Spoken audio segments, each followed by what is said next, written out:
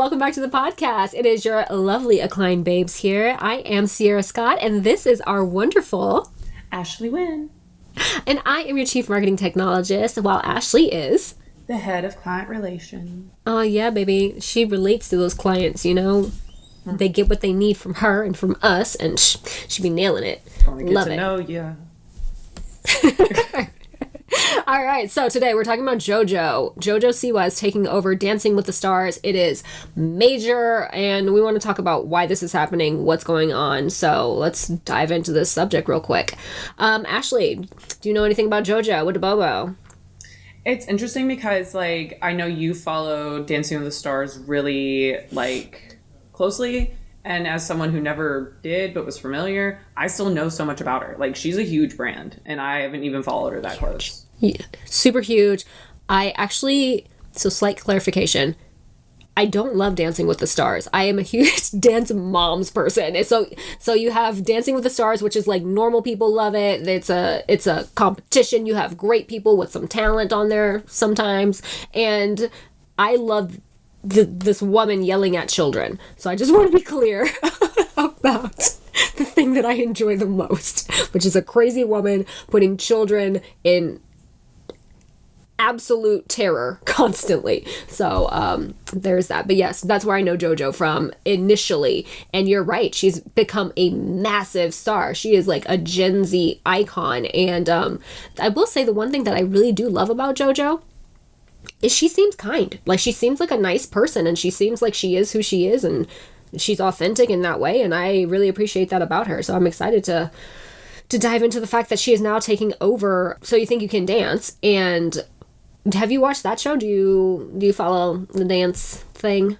Oh, I'm familiar. Yeah, I do love So You Think You Can Dance. I don't know why I just spit out Dancing with the Stars. It just comes out so fast. So You Think You Can Dance. It's similar.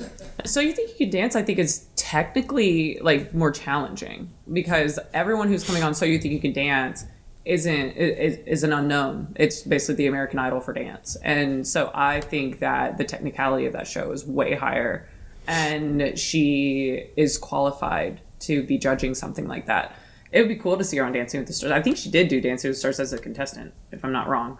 But she did. Yeah. And so, I mean, she'd be fun as a judge on that. But I think that where she's going is super perfect because she's young, she's fresh, she's fun, and she's going to represent these new styles of dance that are highly technical, but are more Gen Z, millennial based that the general public who watches these shows doesn't really understand yet, maybe. So I think that's going to be a cool aspect that she's bringing to it. And yeah, no, I think that it's super timely. I think this is a great fit for her. I agree. And I mean, just to kind of piggyback off that and say what, like, to talk about why she's taking over for So You Think You Can Dance, which is because one of the original judges, Nigel Lythgoe, who's been there this whole time, this will be season 18, and he's been there, I believe, for all 17 seasons thus far. He's being charged with some essay allegations. Ironically, which I was very surprised to hear about this, from Paula Abdul. So Paula Abdul is fielding 2 of the allegations. And I just think that, number one, that is such a weird call situation because they're both older. And I'm like, when did this happen? Apparently it happened when she was working on American Idol one time. And then when she came to be a guest judge on So You Think You Can Dance, she said it happened again when she was there. But I just thought, wow, what a weird allegation to make. That is really fishy. That's fishy. I don't want to negate anybody's essay claim and say it didn't happen. No. Ever. Yeah. It's a little fishy that it's happening now. That's what I'm kind of like. It's just, it's just weird timing. However, additionally, I was going to say something to do with her situation. Oh, so I heard this, which I had no idea about. I vaguely recall this on because we've talked about American Idol before. And again, this being one of my formative shows that I watched religiously. But I did not recall this when I heard this story before. Was when Paula Abdul was working on American Idol as a judge, one of the contestants, Corey, I can't think of his last name currently.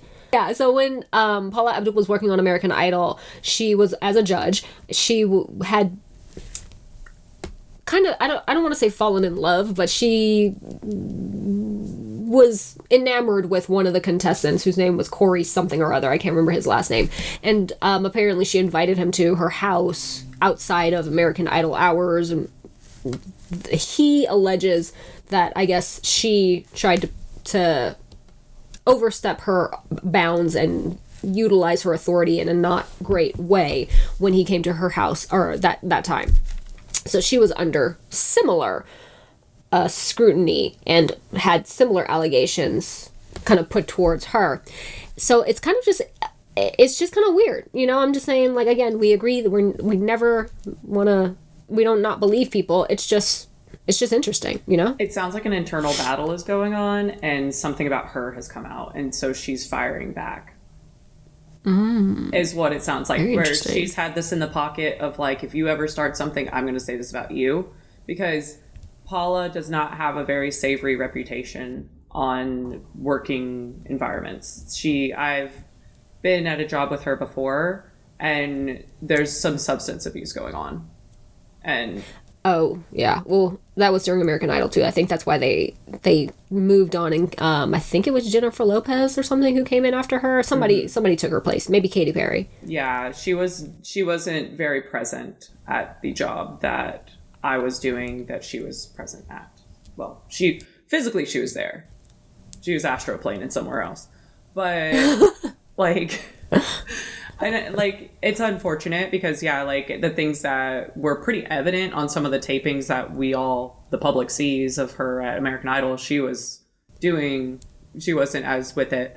And yeah, in person, that's kind of her reality. So it does sound like maybe it was a back pocket move of someone's coming after her, so she's going to start stuff too. But ultimately, she's guilty, they're guilty, possibly. So that's just unfortunate. Like, SA is never good. It's never good. Yeah, it is not. So I want to throw out a couple things here to bring it back to, like, we know now why JoJo's taken over. We also want to throw out these statistics here, which are that, so we're on almost season, like I said, we're on season 18 going into So You Think You Can Dance. JoJo, she competed on season 30 of Dancing with the Stars, as you mentioned. So she's got the background, she's got the talent. She was a dance star from Dance Mom. She built her whole career on dance. So obviously she's got some sort of a platform there. But the actual show, So You Think You Can Dance, has kind of been going downhill in terms of ratings for a little while now. They say last season they had 2.1 million viewers coming in at a 0.3 rating for the series, and that is kind of their all-time low so far. It's a very low viewership for them, and what their plan is to do is to kind of revamp the show and make it more like America's Next Top Model. If you guys remember that show, if you remember, they had challenges every week, so they're trying to bring in these challenges now for the show that will kind of make the contestants feel like this is what you would have to do if you were an actual working dancer in the industry. So they're like, 1 week you might be working with a Broadway star and you're like competing with them for the spot. So like if you went on an audition and you were up against the actual Broadway star, like how would you beat them for the part? And they mentioned some other things like you're gonna have to, like, if you're going on tour with somebody, you have to learn a dance in, so quick or something like that. So they're really trying to, I think, bring in people who like that sort of reality, what do you call that, structure? Like that sort of structure where there's some sort of real thing there also. But I think, again, JoJo coming from a reality background where that's literally the show that she was on as a child, where every week they had to compete to do these dance competitions, or they had to be doing a dance competition that was also a beauty pageant, or they were doing a music video or something like that. I think that she will fare very, very well with that. So what do you think? That sounds like a really fun way to revive it and bring some life back into it and get people interested in what's going on it. Not just the same old structure of, like, we're just watching like an American Idol audition just in the dance format over and over again. Like, that's probably why it's gotten a little stale. So that sounds really cool, and it sounds like she's a great personality for that, to make it interesting and fun, because, like, she's done a lot of things in her career so far that are a variety. So, like, I think her in any of those situations will be cool. And I really think that it interests me of like, she's such a major star on social media. And then when you talk about those ratings, I just wonder, like, what are those meetings like when they're even asking her to do it? And why does it benefit her to even do it? Because she's so much bigger than the show.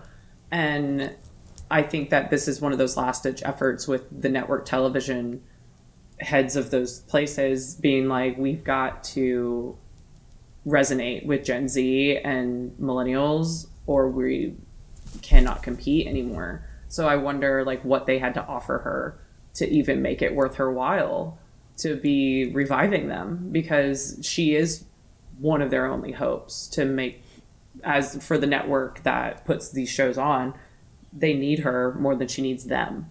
And I think that that's an interesting table turn there.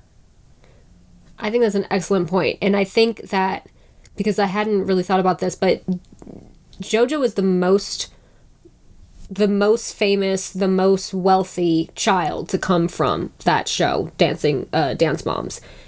And I think the reason that she's gotten to where she's gotten to and does these things like that is because she says yes. She knows that this is an opportunity. I have an opportunity. Let me take the opportunity. And I don't think she has a big head, and she's not above doing certain things just because she is incredibly successful.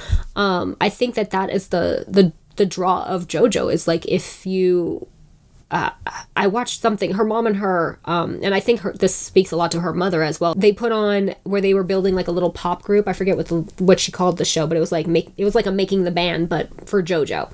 And it's like all these kids turned out and they wanted to be in JoJo's band and everything like that. And then I think because she just accepts stuff. She's like, I see it and I can do it. Like, whatever it is, it's going on So You Think You Can Dance, going on Dancing with the Stars, going on Ellen, going on, like, whatever it is. I don't think that she's got a big head. I think she just sees that she likes to be in front of the camera and she just does it.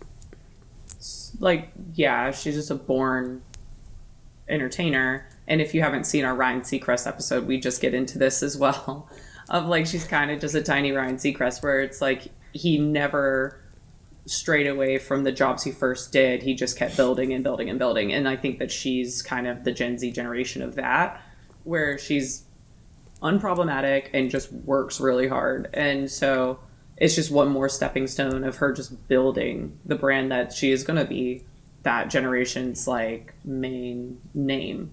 And she's already accomplished a lot. And it's cool to see her getting the recognition from these major networks for how hard she works. Yeah, because girl works really, really hard. And I do want to preface also, or not preface, but kind of say additionally, nobody has seen our Ryan Seacrest video. Go watch our Ryan Seacrest video.